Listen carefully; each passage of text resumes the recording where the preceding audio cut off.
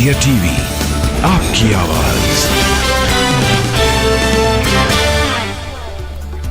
मुंबई में India alliance की 2 दिवसीय बैठक के बाद कांग्रेस चीफ मल्लिकार्जुन खड़गे ने पीएम मोदी के ना खाऊंगा ना खाने दूंगा वाले बयान पर जमकर निशाना साधा। कैग की रिपोर्ट हवाला देकर खड़गे ने कहा कि उनकी सरकार में छोटे मोटे घोटाले नहीं होते।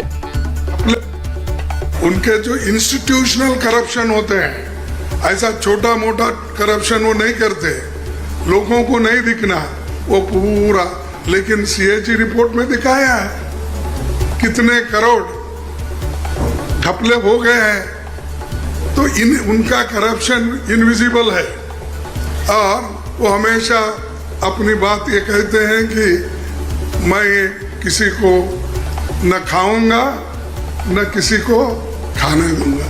लेकिन खाने तो सबको दे रहे हैं, अपने को जो चाहते हैं उनको तो दे रहे हैं, लेकिन लोगों को भूखे मार रहे हैं, लोगों को कुछ नहीं दे रहे। तो इसके लिए हम आवाज उठाए और उसके तहत हम काम करना है। अलायंस की बैठक में राहुल गांधी ने भी बीजेपी को टारगेट किया। राहुल गांधी ने कहा कि अगर हम मिलकर चुनाव लड़ेंगे तो बीजेपी चुनाव जीत नहीं सकती। बीजेपी हिंदुस्तान के गरीबों से धन छीनकर चुने हुए 2-3 लोगों को देती है। स्टेज पे जो नेता हैं, जो पार्टीज हैं, वो हिंदुस्तान के 60% लोगों को रिप्रेजेंट करती हैं। और अगर हम एक साथ मिलके चुनाव लड़ेंगे तो बीजेपी चुनाव जीत ही नहीं सकती है। और मुझे बहुत खुशी हो रही है कि जो हमारी पार्टीज हैं, जो हमारे नेता हैं, उनके बीच में जो रैपोर है, जो फ्लेक्सिबिलिटी है, वो गहरी होती जा रही है। और मुझे लगता है कि इंडिया अलायंस बीजेपी को चुनाव में आसानी से हरा देगा। बीजेपी हिंदुस्तान के गरीब लोगों से धन छीनकर चुने हुए 2-3 लोगों को देती है। उद्धव ठाकरे के आने वाले दिनों में अलायंस की रणनीति के बारे में बताएं। उद्धव ठाकरे ने कहा कि हम तानाशाही, जुमलेबाजी, भ्रष्टाचार और मित्र परिवारवाद के खिलाफ लड़ेंगे। कि आने वाले चुनाव में हम तानाशाही के खिलाफ लड़ेंगे, हम जितने सारे जुमलेबाज हैं उनके खिलाफ लड़ेंगे, हम भ्रष्टाचार के खिलाफ लड़ेंगे। और एक बात मैं जरूर बताना चाहता हूं कि हम मित्र परिवारवाद के खिलाफ भी जरूर लड़ेंगे।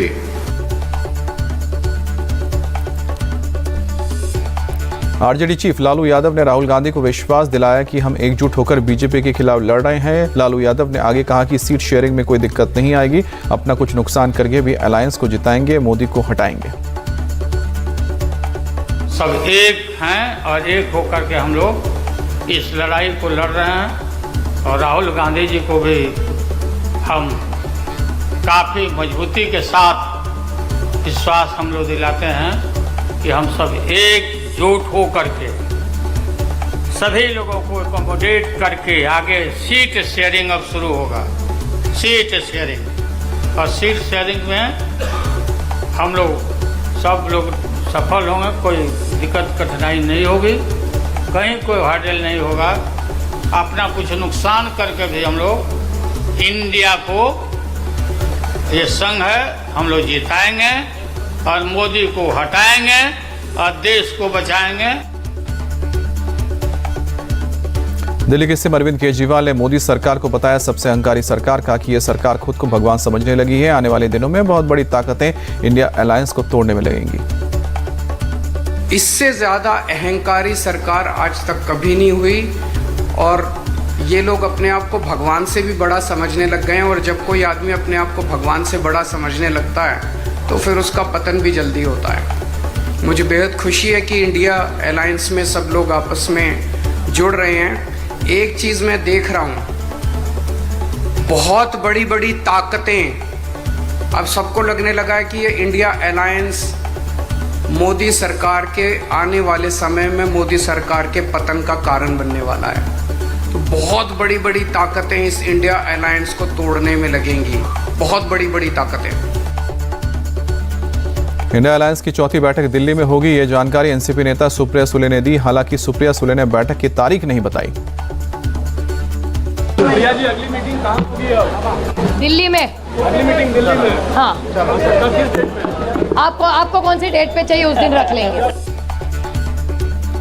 केंद्रीय मंत्री पीयूष गोयल ने इंडिया अलायंस पर निशाना साधा। पीयूष गोयल ने कहा कि ये ना कोई कैंडिडेट घोषित कर पा रहे हैं, ना ही नेता हैं, सीट पर भी सहमति नहीं बन पा रही है।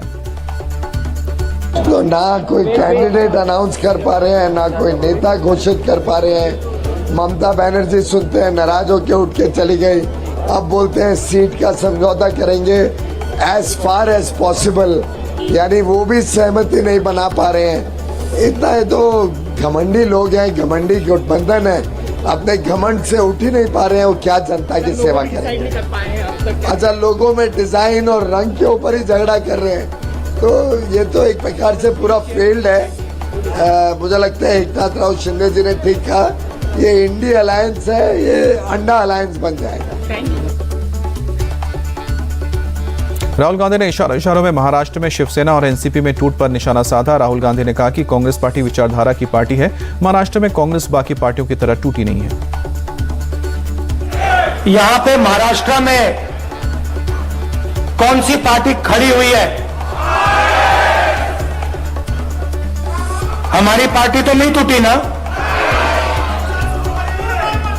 हाँ, क्यों? क्योंकि देखो, आप विचारधारा की पार्टी हो। मैं आपको बताता हूं, आप विचारधारा की पार्टी हो। विचारधारा की पार्टी में और दूसरी पार्टी में क्या फर्क होता है? अगर हमने आप में से खून निकाला, आपके हाथ में से निकाला, आपके आप में से निकाला, तो उस खून का टेस्ट करेंगे हम, तो उसमें डीएनए एक ही मिलेगा।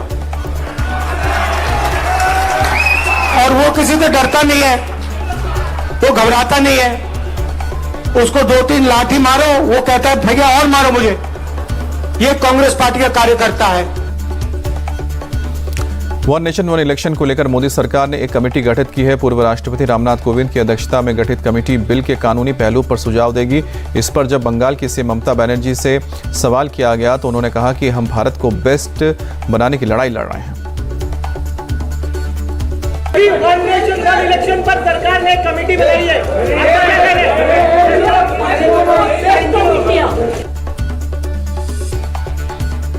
ने कमेटी बनाई है।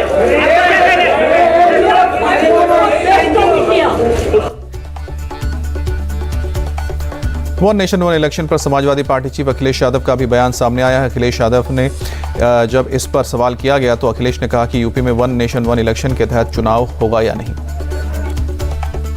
वन नेशन वन इलेक्शन के लिए सरकार ने कमेटी बनाई है, क्या लग रहा है आपको? यूपी में होगा कि नहीं होगा? यूपी में होगा? आपको लग रहा है यूपी में होगा? वन नेशन वन इलेक्शन पर महाराष्ट्र के सीएम एकनाथ शिंदे ने भी अपनी बात रखी। उन्होंने कहा कि देश के विकास के लिए जरूरी है। सीएम शिंदे ने कहा कि पीएम मोदी जो भी कर रहे हैं वो देश हित में है। मेरी जानकारी है 1967 तक वन नेशन वन इलेक्शन ऐसे निर्णय था और इसमें एक ही कहूंगा, इस निर्णय का स्वागत मोदी जी जो करेंगे, देश की जनता के भले का निर्णय करेंगे। वन नेशन वन इलेक्शन के फैसले का महाराष्ट्र के डिप्टी सीएम देवेंद्र फडणवीस ने भी स्वागत किया। उन्होंने कहा कि अलग अलग चुनाव होने से ढेर सारा पैसा खर्च होता है, लोगों को असुविधा होती है और रिफॉर्म का एजेंडा डिरेल हो जाता है। वन पोल वन नेशन वन इलेक्शन, इस संकल्पना का हम स्वागत करते हैं।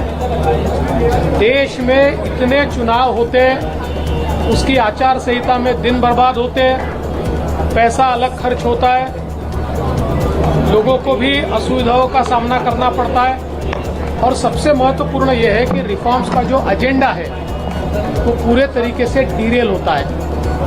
इसलिए सारे चुनाव अगर साथ में हो तो देश के विकास के लिए पूरे 5 साल अनइंटरप्टेड मिलेंगे और हमारा देश और आगे जा पाएगा, इसलिए हम इसका स्वागत करते हैं।